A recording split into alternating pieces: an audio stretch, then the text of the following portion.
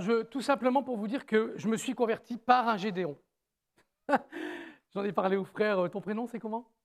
Denis, tu peux te lever, Denis. Hein, on a discuté un peu. Voilà. Donc, en fait, moi, je vous l'ai déjà dit, je ne vais pas rentrer dans le détail, mais j'ai rencontré, c'est un Gédéon dans un estaminet, j'étais responsable de vente. Et moi, c'était foudroyant. Je suis sorti du café, j'avais le feu, enfin bref, voilà. Donc, je voulais vous honorer parce que vous avez devant vous un ancien représentant, chef de vente, qui était appelé par un Gédéon et qui s'appelle François Faisan. Donc, voilà. Donc, si vous pouvez lui dire bonjour, il y a des années que je ne l'ai pas vu. Et voilà. Alors, ce matin, je vais vous expliquer ce que le Seigneur a mis sur mon cœur cette semaine. Et en fait, on va aller lire plusieurs textes tout de suite parce qu'il va falloir que vous compreniez. Là où je veux en venir, ce n'est pas évident. Et je vais vous poser la question, es-tu prophétique dans ta vie? Et quand je dis prophétique, vous savez, on est charismatique. Je ne dis pas prophétique pour annoncer des trucs qui ne marchent pas. C'est vraiment prophétique. C'est des choses que tu reçois, comme tu as reçu tout à l'heure Jean-Paul. Ce n'est pas ta place ici. Ou Jean-Pierre. C'est Jean-Luc, Jean-Paul, Jean-Pierre. Jean, on va être tranquille comme ça. Donc voilà, c'est très important. Alors on va aller lire tout de suite. Donc on a prié pour les mamans. Et avant toute chose, moi je veux prier pour mon Père Céleste. Parce que si mon Père n'y était pas là, il n'y aurait pas de maman. Et je ne vais pas aller plus loin parce que sinon je vais tout vous dévoiler. Donc on va aller lire le psaume 22, on va le lire en entier. Donc s'il vous plaît, soyez attentifs. C'est la parole de Dieu. Au chef de chœur sur la mélodie de Biche de l'Aurore, psaume de David. Mon Dieu, pourquoi m'as-tu abandonné? Pourquoi t'éloignes-tu sans me secourir, sans écouter mes plaintes? Mon Dieu, je crie le jour et tu ne réponds pas, la nuit et je ne trouve pas de repos. Pourtant tu es le Saint, tu sièges au milieu des louanges d'Israël. C'est en toi que nos ancêtres se confiaient et ils se confiaient en toi et tu les délivrais. Ils criaient à toi et ils étaient sauvés, ils se confiaient en toi et ils n'étaient pas déçus. Mais moi je suis un ver et non un homme, la honte de l'humanité, celui que le peuple méprise. Tous ceux qui me voient se moquent de moi. Ils ricanent, ils hochent la tête. Recommande ton sort à l'Éternel. L'Éternel te sauvera, il te délivrera puisqu'il t'aime. Oui, tu m'as fait sortir du ventre de ma mère. Tu m'as mis en sécurité contre sa poitrine. Dès ma conception, j'étais sous la garde. Dès le ventre de ma mère, tu étais mon Dieu. Ne t'éloigne pas de moi quand la détresse est proche, quand personne ne vient à mon secours. De nombreux taureaux sont autour de moi, des taureaux du bas sang m'encerclent. Ils ouvrent leur gueule contre moi, pareil au lion qui déchire et rugit. Mes forces s'en vont, comme l'eau qui s'écoule, et tous mes os se disloquent. Mon cœur est comme de la cire, il se liquéfie au fond de moi. Ma force se dessèche comme l'argile, et ma langue s'attache à mon palais. Tu me réduis à la poussière de la mort. Oui, des chiens m'environnent, une bande de scélérats rôde autour de moi. Ils ont percé mes mains et mes pieds. Je pourrais compter sur tous mes os. Eux, ils observent, ils me regardent. Ils se partagent mes vêtements, ils tirent au sort mon habit. Mais moi, toi, Éternel, ne t'éloigne pas. Toi qui es ma force, viens vite à mon secours. Protège mon âme contre l'épée, ma vie contre le pouvoir des chiens. Sauve-moi de la gueule du lion et des cornes du buffle. Tu m'as répondu. J'annoncerai ton nom à mes frères. Je te célébrerai au milieu de l'assemblée. Vous qui craignez l'Éternel, louez-le, vous tous, descendants de Jacob, honorez-le, tremblez devant lui, vous tous, descendants d'Israël. En effet, il ne méprise pas, il ne repousse pas le malheureux dans sa misère, il ne lui cache pas son visage, mais il l'écoute quand il crie à lui. Tu seras dans la grande assemblée l'objet de mes louanges.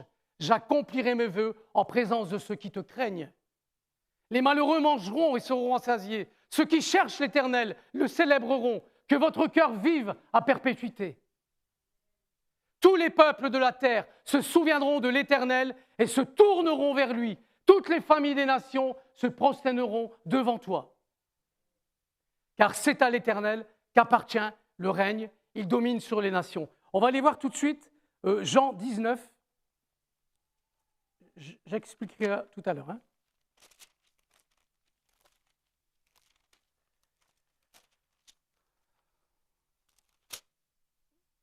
Donc Jean 19, versets 23 et 24.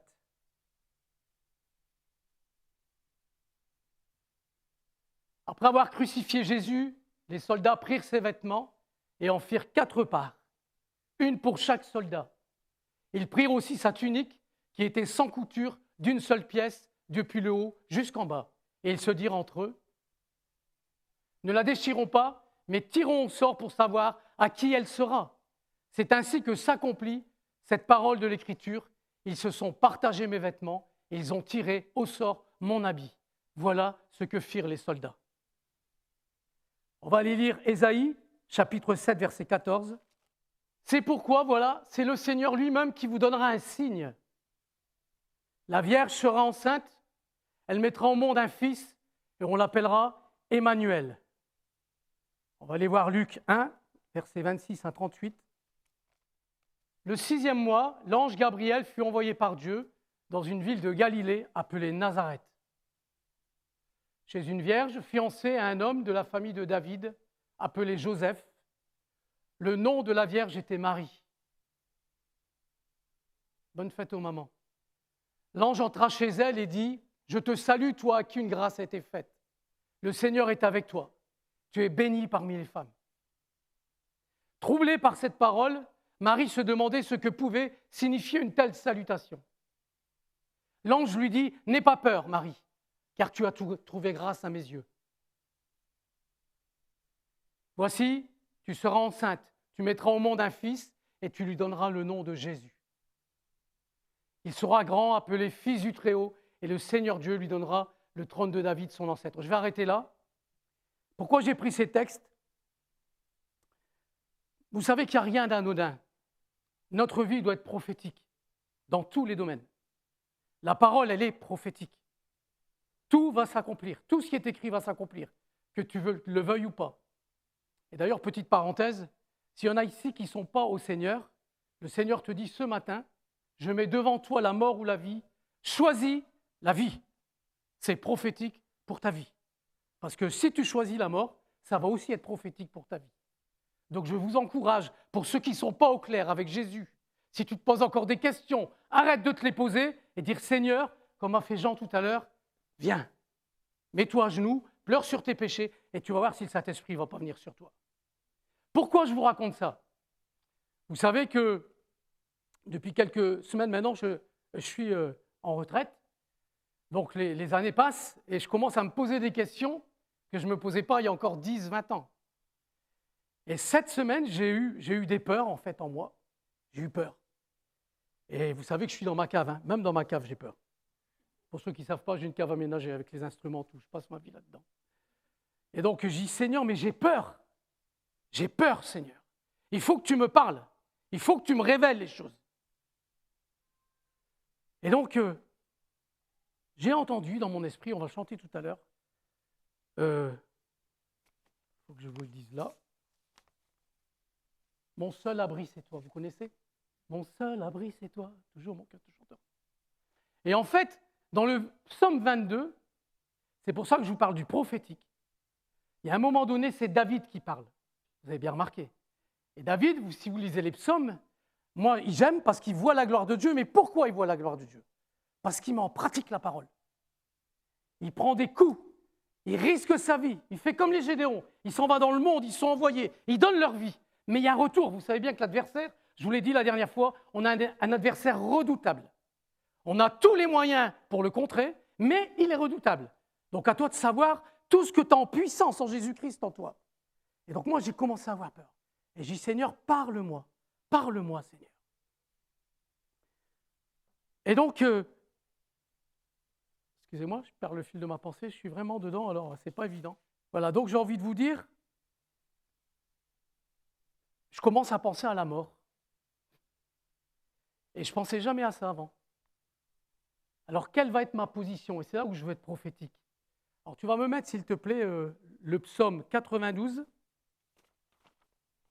J'ai retrouvé le fil de ma pensée. Le psaume 92. versets 10 à 16. J'ai dit, Seigneur, qu'est-ce que tu vas faire avec moi? C'est la retraite. Vous savez ce que c'est que la retraite en France? C'est la télé, c'est le petit bidon qui arrive. Et même dans nos églises, je suis désolé de vous le dire, mais moi j'ai vu ça, j'ai dit, Seigneur, je ne veux pas. Moi, je veux continuer à aller de l'avant. Il me reste 40 ans à vivre, je vous l'ai déjà dit, c'est 40 ans pour le royaume. Et c'est comme ça. Alors pourquoi je suis comme ça? Eh bien, vous devriez l'être aussi, c'est parce qu'on lit la parole, on prie, on cherche le Saint-Esprit, et le Saint-Esprit met des choses devant toi. Alors je dis, Seigneur, qu'est-ce que tu vas faire avec moi? Qu'est-ce que tu vas faire avec moi? J'ai perdu le fil de ma pensée, excusez-moi, c'est vraiment... c'est parce qu'il y a des... Ça m'arrive rarement. Et donc voilà, c'est ça. Vous savez, quand vous êtes sur le terrain, les ennemis, vous les voyez. Hein. C'est du direct, hein. Vous voyez que je ne vous cache rien.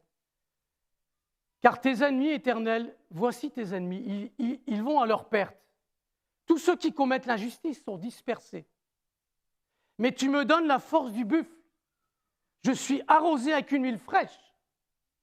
Mon œil voit ceux qui m'espionnent et mon oreille entend les méchants qui s'attaquent à moi.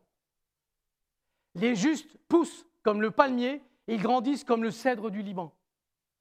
Plantés dans la maison de l'Éternel, ils prospèrent dans les parvis de notre Dieu.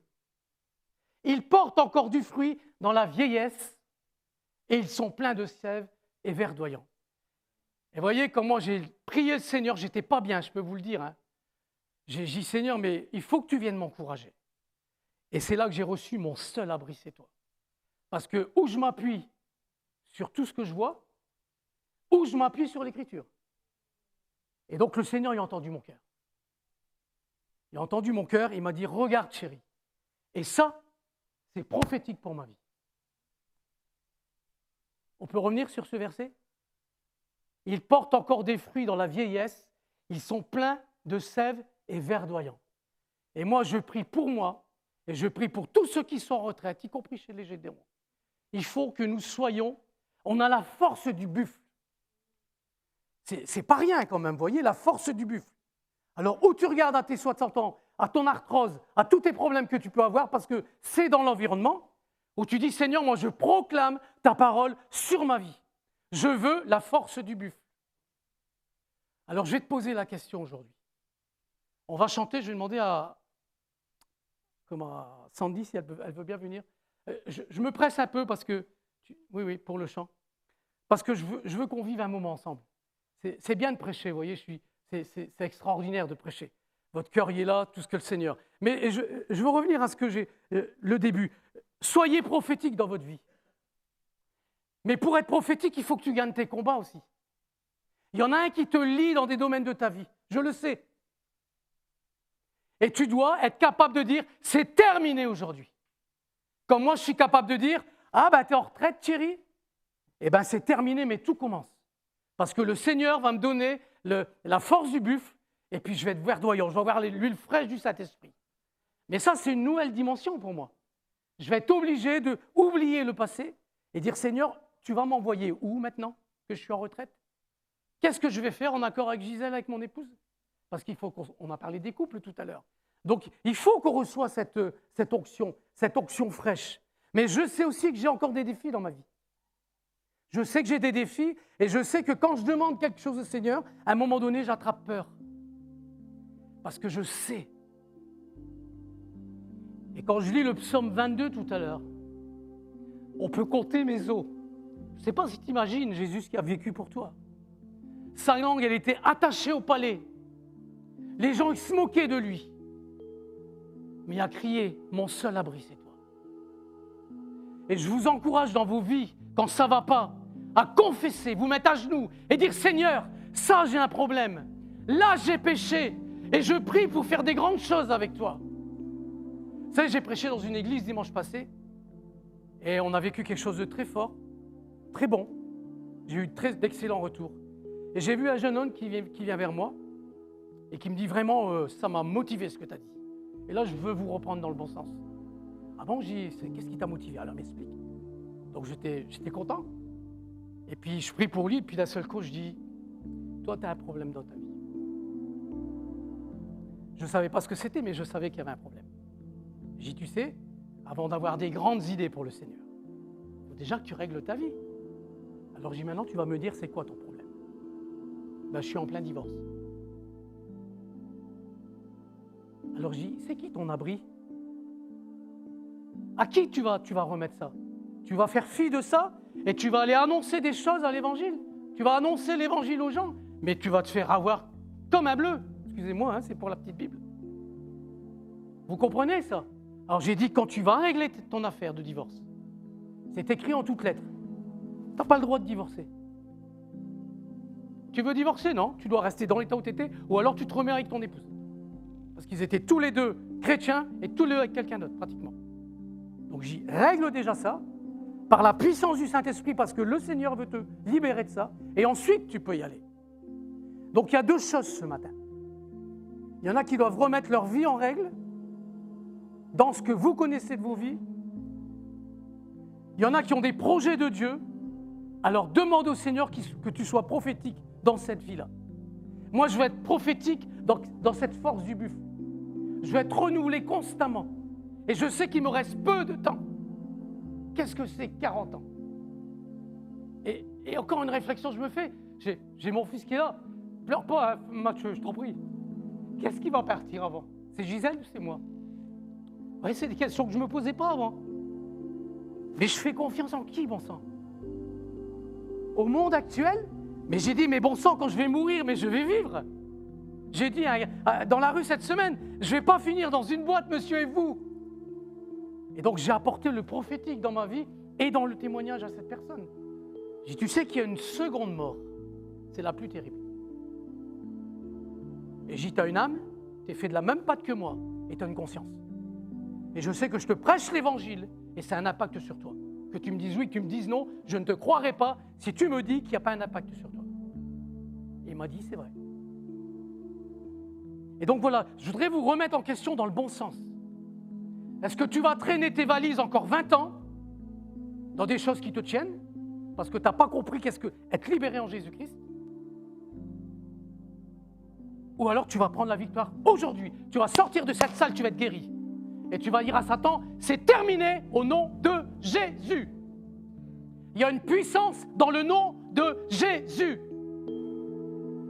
Si je vous le dis, c'est parce que je le vis. Sinon, je ne m'amuserai pas à vous le dire.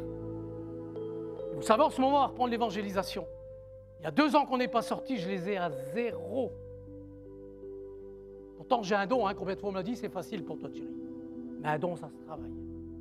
Et là aussi, je suis en train de me remettre en question. Sur qui je m'appuie? Je m'appuie sur les dizaines d'années où j'ai témoigné dans la rue, avec une certaine technique, parce que je suis à l'aise, ou je vais m'appuyer sur ce que le Seigneur me demande de faire, comment faire, où faire, et avec qui faire. Parce que je ne travaillerai pas avec n'importe qui. Ce n'est pas un jugement, c'est une réalité. Quand on est à la guerre, je n'ai pas le temps de m'occuper de vos problèmes. Il y a des équipiers dans l'église qui sont là pour vous guérir, pour vous libérer. Mais ce matin, vous avez l'opportunité de sortir de cette pièce, complètement libéré. Et je vais vous dire une chose aussi, ne pensez pas que je suis dur avec vous, j'espère que vous ne pensez pas ça.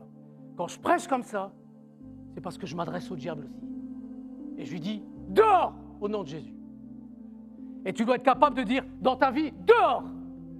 Il y a quelques mois, Alexis a dit, il y a des gens qui squattent dans ton salon. Il y a des gens qui squattent dans ta chambre. Il y a des gens qui squattent sur Internet. On l'a entendu ce matin. Tu as toute autorité au nom de Jésus pour dire, c'est terminé maintenant. Et quand je dis ça, c'est parce qu'on ne joue pas avec ces choses-là. L'Église, ce n'est pas un club. L'Église, c'est le peuple de Dieu. L'Église, c'est une ambassade du ciel ici. Et on aura des comptes à rendre. Le salut est gratuit, ok. Mais pour aller plus loin, il y a un prix à payer. Imaginez Marie, quand elle a vu son fils mourir. On pouvait compter ses os. Sa langue, elle était collée à son palais. Je me demande s'il n'était même pas tout nu, Jésus, à l'époque, sur la croix. On n'en parle pas souvent de ça. C'était la honte. La honte. Pour qui? Pour toi. Pour toi. Pour toi. Pour moi. Et moi, quand je reviens à ça, Seigneur, prends ma vie. Ma vie, elle t'appartient. Alors, je suis comme vous, je suis dans un corps, j'ai mes faiblesses. Mais c'est quand je suis faible qu'il est fort. Et je ressors de ma cave, alors là, t'arrêtes pas le buffle, je te le dis. c'est pas possible. Mais il y a l'amour qui vient, il y a l'amour des gens. Je pleure sur des gens et je vois bien l'effet de la parole de Dieu. Même s'il y en a qui rigolent, comme on a lu dans le texte, eh bien, continue à rigoler. Mais à la fin des temps, on fera les comptes. Comprenez ce que je veux vous dire? Donc on va se lever, si vous voulez bien, ceux qui le désirent. Et on va chanter ce chant. Mon seul abri, c'est toi. Et je veux que vous le chantiez vraiment d'une manière authentique. Je ne veux pas dire que quand vous chantez, vous n'êtes pas authentique, mais réfléchis à ta vie maintenant. Réfléchis à ta situation. Réfléchis là où Jésus veut t'emmener. Et si tu as une situation qui est trop difficile, dis-lui aussi. Dis-lui aussi, parce que tu vas fermer les portes adversaires.